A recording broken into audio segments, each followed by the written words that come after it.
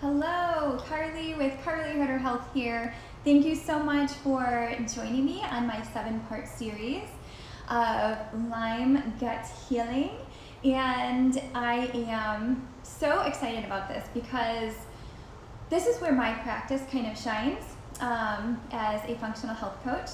And it really frustrates me because when you Google gut healing and Lyme disease, there really is not much available online. And I think gut healing is the epicenter to healing the Lyme. I think it's the forefront, the biggest priority and block to recovery.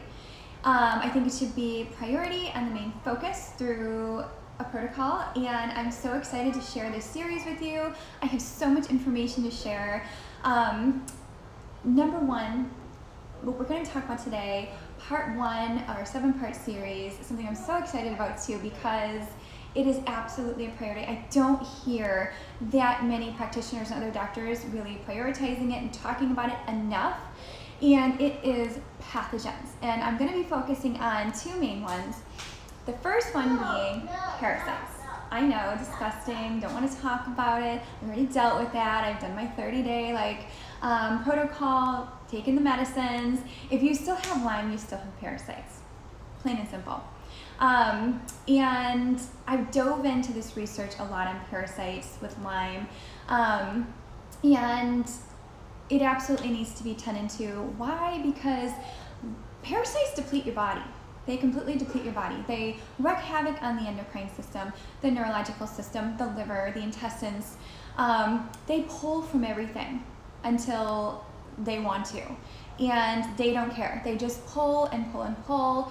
And when you're treating Lyme, or you're on a protocol for Lyme, or an eradication period, whatever you want to call it, your body needs to be strong. You need to have a very healthy foundation in order to withstand and handle it and not have to go back there. I've seen people on these antibiotics or herbs for years, months to years. And it saddens me because it doesn't have to be that way. If there was a really healthy, strong foundation there to begin with, and these other priority issues in front of it were dealt with, you wouldn't have to deal with treatment that long. I wish I'd had this information when I was going through my years of trial and error and die-off reactions and healing crisis and dealing with being away from my family for a month in a treatment center. I wish I'd had this information. You may or may not agree with it. This is what I have found. This is where my research has led, and this is where my practice is focused on.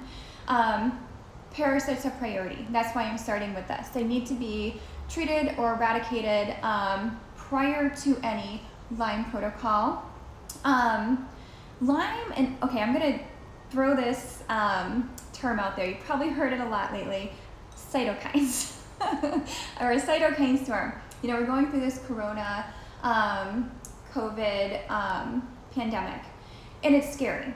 And a lot of different doctors and researchers are throwing out this term, a cytokine storm. Well, Lyme is one of those cytokine producing type infections. There are many different infections that can produce this cytokine storm. Parasites are also another one. Bacterial infections, fungal infections, other viruses, mold toxins, heavy metals. A lot of us, when we're sick with a chronic illness, our body starts to store metals as well. These all create this cytokine storm. Parasites are a big one, and that's not talked about a lot. And the goal with any protocol is to start feeling better as soon as possible, relieve symptoms as soon as possible, and get the body as strong as possible as soon as possible. And how do we do that? We have to eliminate these cytokine producing pathogens. So parasites are first because they're pulling everything from us. And so we're going to backtrack a little bit. Our body needs to be really strong to handle Lyme eradication treatment or protocol. There is a doctor, actually I don't even know if she's a doctor, her name's Hulda Clark.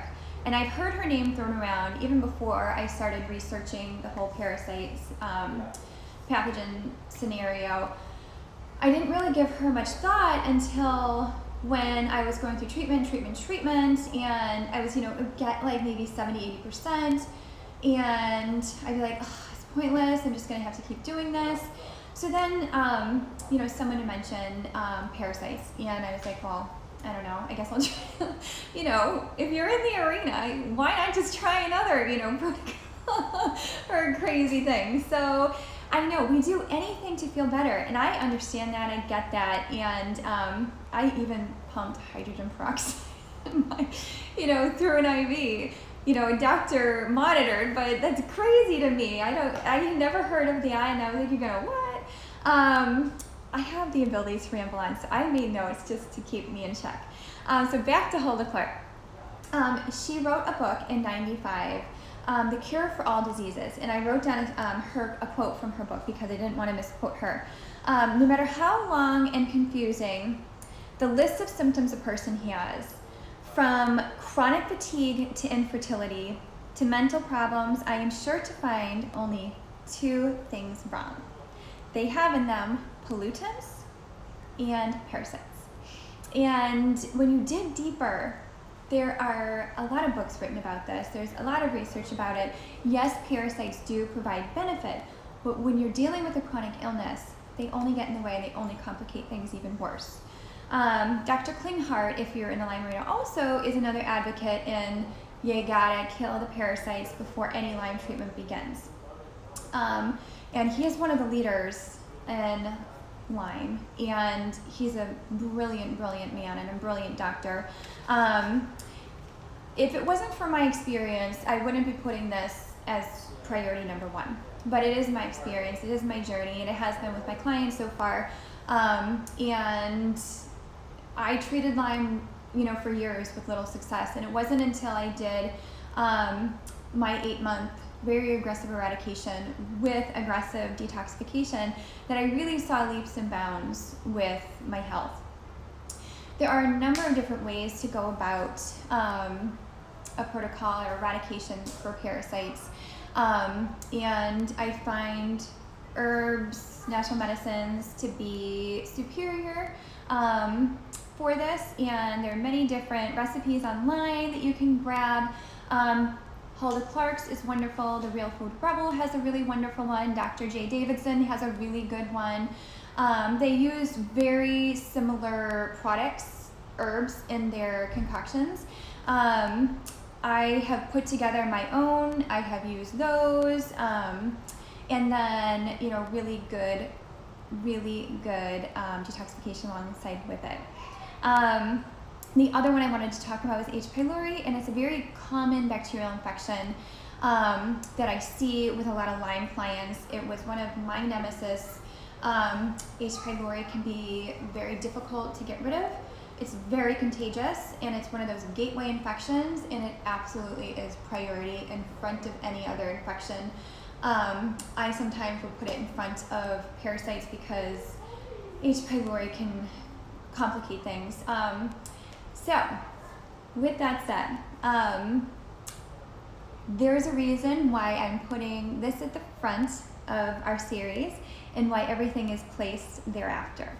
So, super excited to have you joining. Thanks for joining me today. If you have any questions, please put them in the comments. I'd be happy to answer any. And, some of the other things to think about with the cytokine storms and the whole concoction with, the mysteries of Lyme and healing from Lyme is what outside of your body could you do? And I don't have this in any other of my parts in the series. What else can you do that you have control over to lower the burden in your body right now and lower the inflammation? Because that's really what healing is all about. It's all about lowering the inflammation, lowering the body's burden with, lowering the histamines, lowering the stress. What can you do on your exterior environment, in your home, in your everyday lifestyle to eliminate that? Parasites are just one of them. H. pylori is just one of them. Removing the radiation, the mold in the home. Believe it or not, mold is very, very common with Lyme disease. the oral things, getting rid of the cavitations, removing the amalgams from out of your mouth. What else was there? MTHFR, if you're dealing with that. These are all really big things that you can do. We do have a series on toxins, so I will be talking more about that and how you can eliminate that burden from your body. Thanks for joining me today. Let's see, I'm excited for part 2, and that's how to gently remove the pathogens, and I'm super excited for that. So I hope you join on then. Otherwise, have a great night.